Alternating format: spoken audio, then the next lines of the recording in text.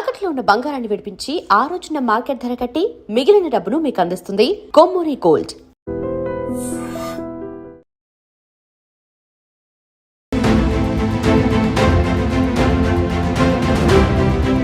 నమస్తే, welcome to I dream. నా పేరు వలి.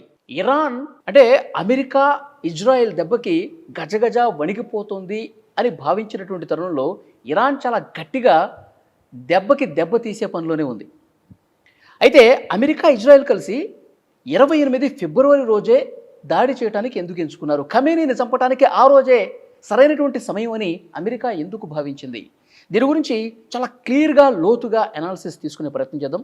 ప్రస్తుతం నాతో పాటు స్టూడియోలో ఉన్నారు మెటాస్టార్ డాక్టర్ రమేష్ కనిగంటి. ఆయన NSS national security studies chairman కూడా, అంతర్జాతీయ వ్యవహారాల మీద చాలా లోతైనటువంటి విశ్లేషణ అందిస్తారు. సార్తో మనం మాట్లాడదాం. రమేష్ కనిగంటి గారు నమస్కారం. నమస్తే వల్లి గారు. I wish you the best for you as a senior journalist. You are an exceptionally talented journalist working for the country, and that too from iDream. I wish you the best. ఎంతో మంది తెలుగు వాళ్ళకి reach అయ్యి మీరు మంచి పొజిషన్కి వెళ్ళాలని మనసా వాచా కర్మాణ కోరుకుంటున్నాను. Thank you sir. సార్, ఫిబ్రవరి 28వ తారీఖున అంటే చాలామంది వీడియోలు మనం మాట్లాడుతూ ఉన్నాం. దాడి జరిగింది, పెద్ద ఎత్తున అక్కడ జనం కూడా చచ్చిపోతూ ఉన్నారు, దాదాపు వేలాదిగా సంక్షోభంలో కూరుకుపోయినటువంటి పరిస్థితి ఉందని చెప్పి ఇది యుద్ధం గురించి మాట్లాడుకుంటున్నాం. కానీ అమెరికా ఇజ్రాయెల్ కలిసి ఫిబ్రవరి 28న ఎందుకు టార్గెట్ చేశారు? ఫిబ్రవరి 28, 2026 ప్రపంచ చరిత్రలో ఒక చీకటి దినంగా మనం అభివర్ణించాలి. చరిత్రకారులు కూడా అదే రాస్తారు.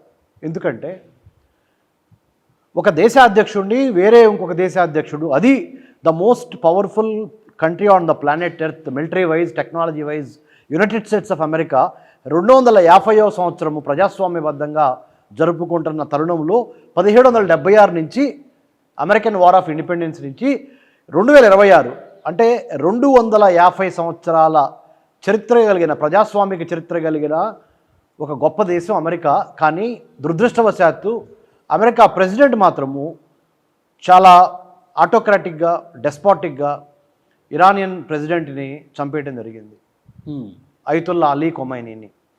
1979లో షా ఆఫ్ ఇరాన్ అక్కడ తన రాజ్యాన్ని పోగొట్టుకున్న తర్వాత ఇస్లామిక్ రిపబ్లిక్ ఆఫ్ ఇరాన్గా ఏర్పడింది. ఇస్లామిక్ రెవల్యూషన్ వచ్చింది. 1989లో పగ్గాలు చేపట్టిన అయతుల్లా ఖొమైనీ 2026 వరకు, ఫిబ్రవరి 28 వరకు తన పరిపాలన కొనసాగించారు.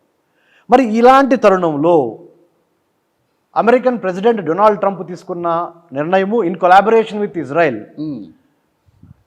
అయతుల్లా అలీ ఖొమైనీ తప్పు చేస్తుంటే ఆ తప్పుని సరిదిద్దటానికి అంతర్జాతీయ న్యాయాలు, అంతర్జాతీయ చట్టాలు, ఇంటర్నేషనల్ లా, అంతర్జాతీయ లా, డ్యూ ప్రాసెస్ ఆఫ్ లాను ఫాలో అయ్యి అయతుల్లా ఖొమైనీ తప్పు చేస్తే అతన్ని ప్రపంచం ముందల ఈ ఇంటర్నేషనల్ కోర్ట్ ఆఫ్ జస్టిస్లో కానీ, ఇంటర్నేషనల్ క్రిమినల్ కోర్టులో కానీ, లేదా ఇంటర్నేషనల్ అటామిక్ ఎనర్జీ ఏజెన్సీ ఇచ్చిన రిపోర్ట్స్ ద్వారా అయతుల్లా ఖొమైనీ చేస్తున్న తప్పుని ఎండగడతాం అనేది ఒక ఎత్తు. కానీ అమెరికా ఏం చేసిందంటే ఏకపక్షంగా వ్యవహరించి ఫిబ్రవరి 28, 2026న ఎర్లీ మార్నింగ్ 6:30కి డెసిషన్ తీసుకొని 10:30 కల్లా అయతుల్లా ఖొమైనీని ఇరాన్లో, ఇజ్రాయెల్ నుంచి ఇరాన్కి 2.5 గంటల విమాన ప్రయాణం, అది ఫైటర్ జెట్ రావడానికి 2.5 గంటలు పట్టింది.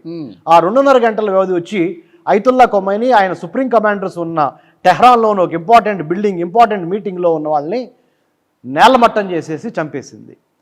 అదే రోజు, అదే తారీఖు, అదే నెలని ఎందుకు ఎన్నుకున్నారు? ఏ టీవీ ఛానల్ కూడా ఇంతవరకు దాని మీద దృష్టి పెట్టల. ప్రతి టీవీ ఛానల్ డిస్కషన్లో ఏం జరుగుతుంది? రియాక్షన్. అమెరికా ఇజ్రాయెల్ కలిసి అయతుల్లా ఖొమైనీని చంపేశారు, మీరేమనుకుంటున్నారు? Gulf cooperation council countries ఏమనుకుంటున్నాయి?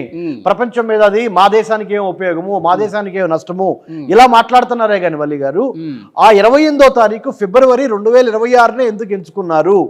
ఎంచుకోవడానికి అమెరికాకి కలిసి వచ్చిన కారణాలు ఏంటి, ఇజ్రాయెల్కి కలిసి వచ్చిన కారణాలు ఏంటి అన్నప్పుడు ఒక్కసారి బ్యాక్ వెళ్దాం.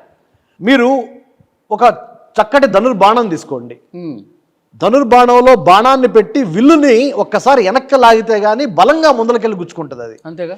ఒక పులి కూడా వేటాడేటప్పుడు 2 అడుగులు 3 అడుగులు వెనక్కేస్తుంది. ఎందుకో తెలుసా? దెబ్బ కొడితే మళ్ళీ లెగవకూడదనే ఆ ప్రిపరేషన్ కోసం. అలాంటిదే అమెరికా చేసింది. ఏం చేసిందంటే ఇరాన్లో ఉన్న రెండు విభిన్న వర్గాల మధ్య వర్గపోరుని, పొలిటికల్ అన్రెస్ట్ని, సివిల్ అన్రెస్ట్ని మైండ్ సెట్ మ్యాచ్ కాట్ల ఇరాన్లో. ఒక వర్గమేమో లిబరల్గా ఉండి బయటికి చదువుకొని వచ్చి వేరే వేరే కంట్రీస్లో ఇరాన్లో వచ్చి సెటిల్ అయ్యి ఇరాన్లో ఉన్న హ్యూమన్ ఇన్సెక్యూరిటీస్ వాళ్ళని బాగా ఇబ్బంది పెడుతున్నాయి. అంటే మానవ రక్షణకు సంబంధించిన food insecurity, water insecurity, health insecurity, employment insecurity, ఈ వీటితో పాటు కొత్తగా వస్తున్న technologies, artificial intelligence, blockchain, IOT, big data యుగం, టెక్నాలజీ, కొత్త సాంకేతిక విషయాలను అర్థం చేసుకొని ప్రపంచవ్యాప్తంగా సెటిల్ అవుదాం అనుకుంటున్న ఇరాన్లో ఉన్న ఒక యువకుల వర్గం ఒకటి. ఇంకొకటి మత ఛాందసవాదులుగా ఉంటా బాగా డెస్పాటిక్గా, ఆటోక్రాటిక్గా, థియోక్రాటిక్గా, very very religious conservative mind సెట్తో ఉన్న ఒక వర్గం ఉంది.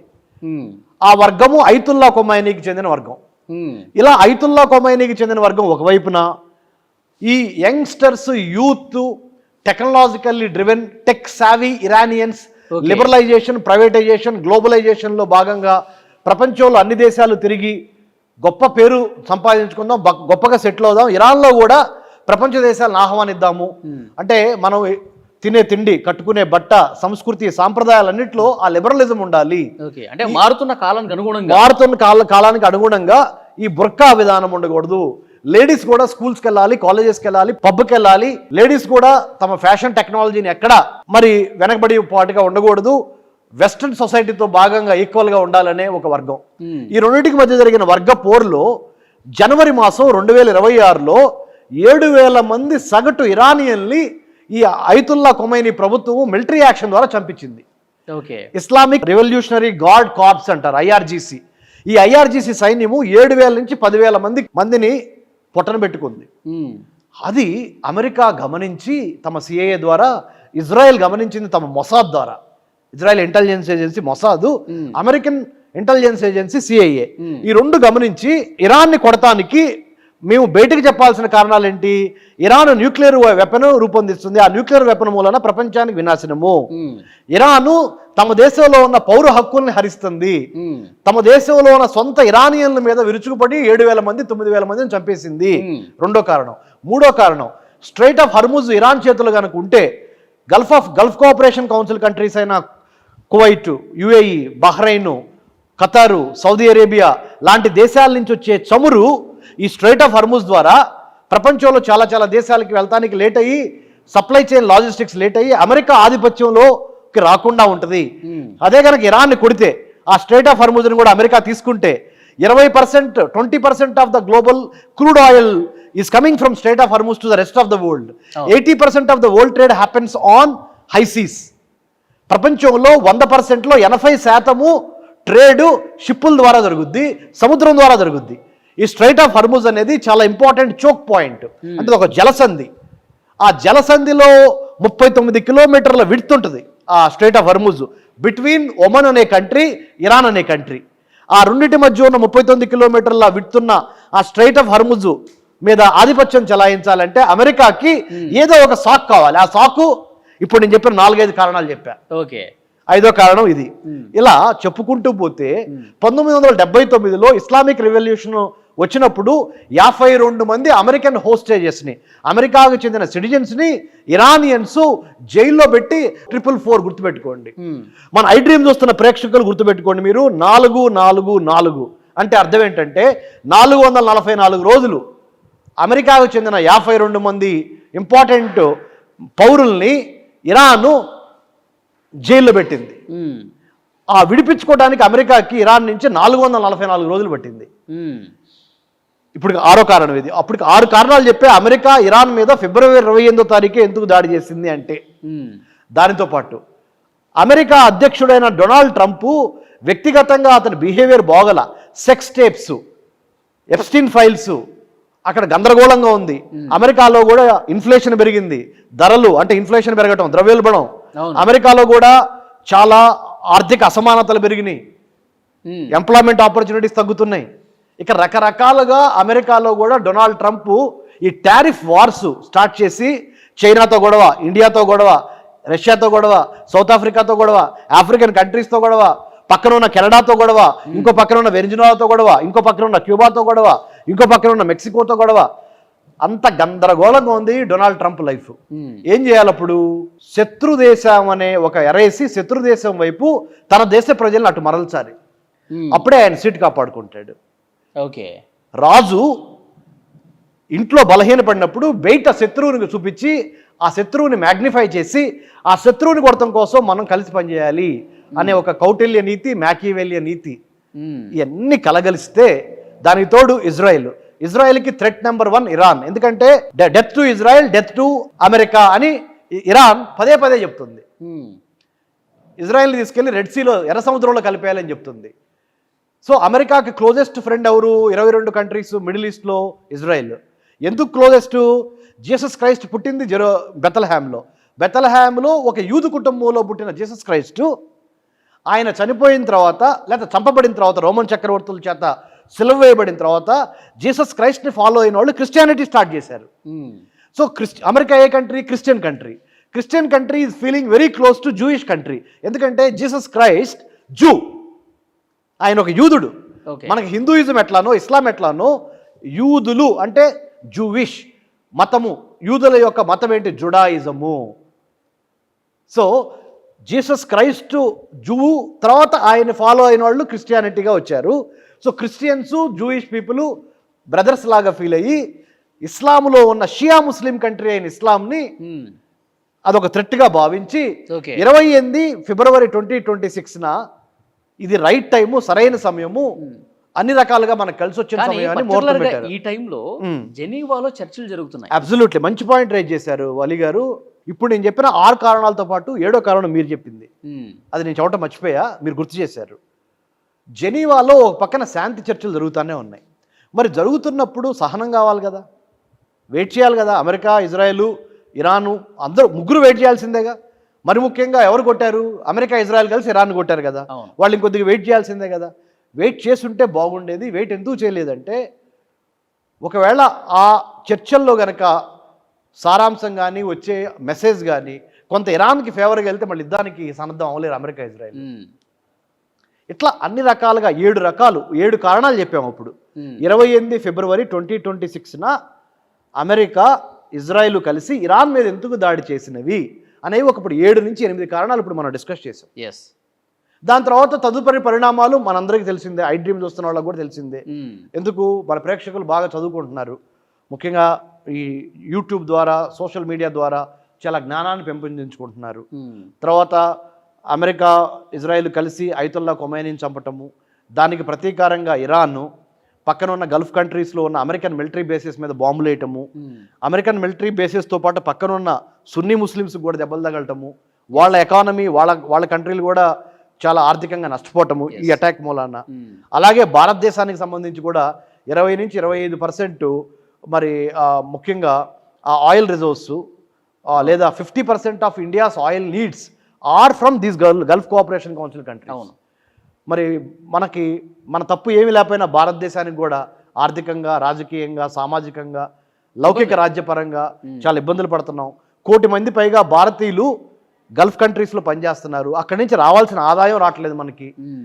పెట్రోలు, డీజిల్ ధరలు పెరిగే అవకాశం, ఉప్పు, పప్పు పెరిగే అవకాశం, సగటు మానవుడు ఇబ్బంది పడే తీరు కనపడుతుంది. సో యుద్ధం ఎవరికీ మంచిది కాదు. యుద్ధం మూలాన ఎవరు విజేతలు ఉండరు. యుద్ధం ఎంత త్వరగా తగ్గి శాంతి నెలకొంటే ప్రపంచానికి అంత మంచిది. దీనిని 3వ ప్రపంచ యుద్ధం అని అన్నగాని మినీ వరల్డ్ వార్ అంట గ్యారంటీగా. ఎందుకంటే అమెరికా, ఇజ్రాయెల్, ఇరాన్ 3 దేశాలు వార్లో బిగినింగ్లో ఉంటే ఇవాళ 30 దేశాలు దీని వెనక అటు కొంతమంది ఇటు కొంతమంది ఉన్నారు. మరి 3 దేశాలు ఎక్కడ, 30 దేశాలు ఎక్కడ? 193 దేశాల్లో 30 దేశాలు వార్లో ఉన్నాయంటే అర్థం ఏంటి? మినీ వరల్డ్ వార్ అని చెప్పాలి. అంతే. సరే, ఇంకా ఇక్కడ ఒక ముఖ్యమైన విషయం, యుద్ధం ఆగితే బాగుంటుంది, అందరికీ నష్టమే అని చెప్తున్నారు. కానీ డొనాల్డ్ ట్రంప్ ఒక లేటెస్ట్ ప్రకటన, ఖమేనీ కుమారుడిని సుప్రీం లీడర్లుగా ఎన్నుకుంటున్నారని చెప్పి చర్చ వినిపిస్తున్నటువంటి తరుణంలో సుప్రీం లీడర్గా ఎవరు వచ్చినా సరే వాడిని కూడా లేపేస్తాను అని ఒక క్లియర్ స్టేట్మెంట్ ట్రంప్ నుంచి వచ్చింది. అంటే మరి యుద్ధం ఎంతవరకు పోతుంది, దీని పర్యవసనాలు ఏ విధంగా ఉంటాయి, ఫైనల్గా ఏం చెప్తారు? ఐతుల్లా ఖొమైనీ కుమారుడైన మొర్తబా ఖొమైనీని లీడర్గా ఎన్నుకుందాం అనేది ఆల్మోస్ట్ ఖాయమైపోయింది. ఒకవేళ ఆయనే కనుక వస్తే లీడర్గా, ఆయన మాకు సమ్మతం లేదు అని అమెరికా, ఇజ్రాయెల్ చెప్తున్నాయి. ఇరానియన్ ప్రజలకి వదిలేయాలి అది. ఇరానియన్ అధ్యక్షుడిని ఎవరిని ఎన్నుకుంటారు లేకపోతే సుప్రీం లీడర్ని ఎవరిని ఎన్నుకుంటారు అనేది నువ్వు అమెరికాలో కూర్చొని చెప్తే కాకమ్మ కథలు నా అనుమతి కావాల్సిందే, నేను చెప్పినంటే అక్కడ ఉండాలంటున్నాడు. ఇది ఆటవిక రాజ్యం కాదు, అలా జరగదు. అలా జరిగినా ఆ గవర్నమెంట్ నిలబడదు. ఇక్కడ ఏమవుతుందంటే, నేను పిహెచ్డి చేశాను అమెరికన్ స్టడీస్లో, అమెరికా గవర్నమెంట్ పాలిటిక్స్ హిస్టరీలో, ప్లస్ అమెరికా యొక్క యుద్ధాల మీద నేను చాలా చదివి ఉన్నాను, వర్క్ చేసి ఉన్నా పిహెచ్డీలో కూడా.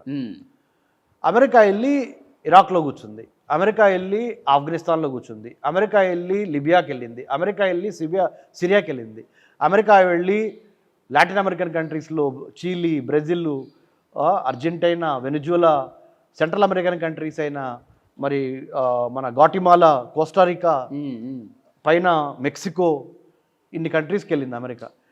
వియత్నాం, ఎక్కడికి వెళ్ళినా మిలిటరీ పరంగా పూర్తి విజయం సాధించలేకపోయింది.